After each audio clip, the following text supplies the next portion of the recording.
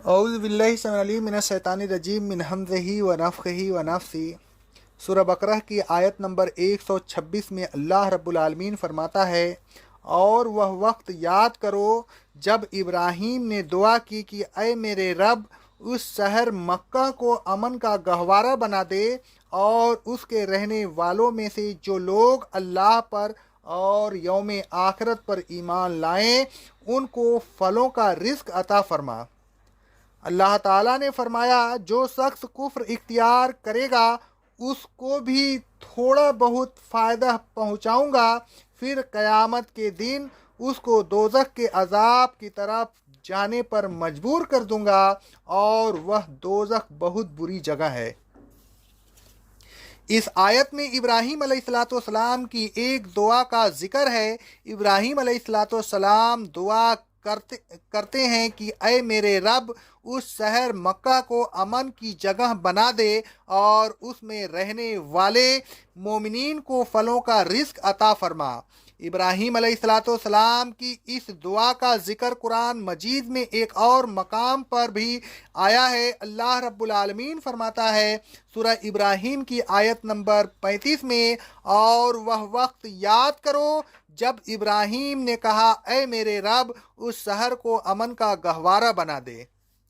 رسول اللہ صلی اللہ علیہ وسلم فرماتے ہیں، بے شک یہ شہر ایسا ہے کہ اس کو اللہ نے اس دن حرمت عطا کی تھی جس دن آسمانوں کو اور زمین کو پیدا کیا تھا۔ اسی حدیث میں آگے رسول اللہ صلی اللہ علیہ وسلم فرماتے ہیں، صحیح بخاری اور صحیح مسلم کی حدیث ہے یہ، مجھ سے پہلے اس شہر میں کسی کے لیے جنگ جائز نہیں ہوئی، اور میرے لیے بھی دن کی صرف ایک گھڑی کے لیے جائز ہوئی تھی، اور اب بدستور قیامت تک کے لیے اللہ کی دی ہوئی حرمت سے یہ شہر حرمت والا ہے، کسی کے لیے یہاں خون ریزی جائز نہیں ہے۔ حدیث بالا سے ثابت ہوتا ہے کہ مکہ معظمہ ابتدائے آفرین سے حرمت اور امن والا شہر ہے۔ ابراہیم علیہ السلام کی دعا اس حرمت کی بقا اور امن و امان میں شدت کی دعا ہے۔ ان کی دعا ان کے قلب منیب کی ایک عاجزانہ خواہش کا مرقع ہے۔ اللہ تبارک و تعالی جو چاہے کرتا ہے، لیکن بندوں کو بھی دعا مانگنے کا حکم دیتا ہے، پھر کسی کام کو کرنے کے لیے اپنی چاہت میں تبدیل کی دعاؤں کو بھی شامل کر لیتا ہے۔ مثلا اللہ تعالیٰ اپنے نبی صلی اللہ علیہ وسلم پر رحمت بھیجتا رہتا ہے، جیسا کہ اللہ رب العالمین فرماتا ہے سورہ احزاب کی آیت نمبر 56 میں، بے شک اللہ اور اس کے فرشتے نبی صلی اللہ علیہ وسلم پر رحمت نازل کرتے رہتے ہیں، لیکن اس کے باوجود مومنین کو حکم دیتا ہے سورہ احزاب کی آیت نمبر 56 میں، اے ایمان والوں، تم نبی پر رحمت و سلام کی دعا کرتے رہا کرو۔ آیت زیر تفسیر میں ابراہیم علیہ السلام کی دعا کا دوسرا حصہ یہ ہے کہ اے میرے رب، مومنین کو پھلوں کا رزق عطا فرما۔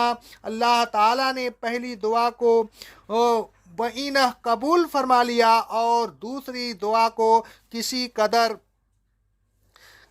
قدر ترمیم ان کے ساتھ قبول فرمایا۔ مکہ معظمہ کو امن کا شہر بنانے کا حکم بحال رکھا، اور وہاں کے رہنے والوں کو خواہ وہ مومن ہو یا کافر، پھلوں کا رزق عطا کرنے کا وعدہ فرمایا اور اسے پورا بھی کر دیا۔ اللہ تبارک و تعالیٰ فرماتا ہے سورہ القصص کی آیت نمبر 57 میں، کیا ہم نے ان کافروں کو حرم میں جو امن کا گہوارہ ہے جگہ نہیں دی جہاں کھانے کے لیے ہر قسم کے پھل ہماری طرف سے پہنچائے جاتے ہیں۔ अगरचे इब्राहीम अलैहिस्सलाम ने फलों के रिस्क की दुआ सिर्फ मोमिनीन के लिए मांगी थी, काफिरों को उसमें शरीक नहीं किया, लेकिन अल्लाह तबारक व ताला ने काफिरों को भी अपनी अता में शरीक कर लिया। मज़कूरा बाला आयात साफ बता रही है कि काफिरों को भी ये हस्बे वादा फलों का रिज़्क मिलता रहा। अल्लाह तबारक व ताला के नज़दीक दुनिया के आर्जी माल व मता की कोई हकीकत नहीं।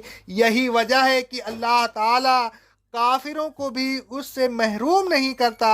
हजरत जाबिर रज़ी अल्लाह ताला अन्हु फरमाते हैं, ये सही मुस्लिम की हदीस है, रसूल अल्लाह सल्लल्लाहु अलैहि वसल्लम भेड़ के एक छोटे कान वाले मुर्दा बच्चे के पास से गुजरे।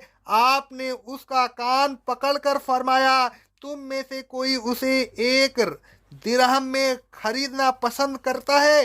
लोगों ने कहा, हम तो उसे किसी भी चीज़ के अवज़ लेना पसंद नहीं करते, हम उसका क्या करेंगे? आप सल्लल्लाहु अलैहि वसल्लम ने फरमाया, क्या तुम जानते हो कि यह तुम्हें बगैर कीमत के ही मिल जाए?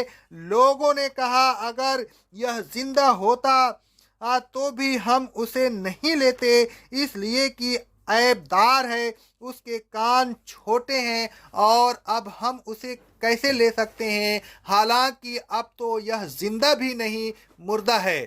रसूलुल्लाह सल्लल्लाहु अलैहि वसल्लम ने फरमाया, तुम्हारे नज़दीक यह जितना हकीर है, दुनिया अल्लाह के नज़दीक उससे भी ज़्यादा हकीर है। रसूल सल्लल्लाहु अलैहि वसल्लम फरमाते हैं, रिवाह तिरमिजी की हदीस है, सनद सही से, अगर दुनिया की औकात अल्लाह के नज़दीक मच्छर से के पर के बराबर भी होती तो अल्लाह काफिरों को एक घूंट पानी नहीं पिलाता। फिर भी अल्लाह ताला ने उस मसलहत से कि सब अब काफिर न हो जाएं, काफिरों के हर फर्द को बहुत ज़्यादा माल व मता अता नहीं फरमाया, और न अल्लाह ताला के नज़दीक दुनिया इतनी हकीर ऐसी है कि अल्लाह तबारक व ताला उनमें से हर एक को दुनिया में से बहुत कुछ दे सकता है। अल्लाह रब्बुल आलमीन फरमाता है सूरह अल ज़ुखरुफ की आयत नंबर 33 से लेकर 35 तक, अगर यह न होता कि सब ही एक जमात हो जाएं, यानी सब काफिर हो जाएं, तो हम रहमान का इनकार करने वालों के घरों की इस छतों को, सीढ़ियों को जिन पर वह चढ़ते हैं, घरों के दरवाज़ों को और तख्तों को जिन पर वह तकिया लगाकर बैठते हैं, चांदी का बना देते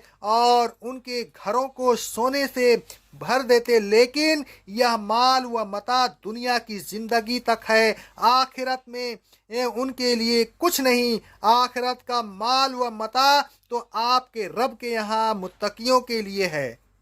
अलगर्ज दुनिया बड़ी हकीर सी है, अल्लाह तबारक व ताला काफिरों को भी उससे महरूम नहीं करता, लेकिन आखिरत में उनके लिए कुछ नहीं। आखिरत में उनके लिए दोज़ख है और वह बहुत बुरी जगह है। ऐ लोगों, दुनिया को हकीर समझिए, आखिरत की फिक्र कीजिए, दुनिया की खातिर आखिरत को बर्बाद न कीजिए।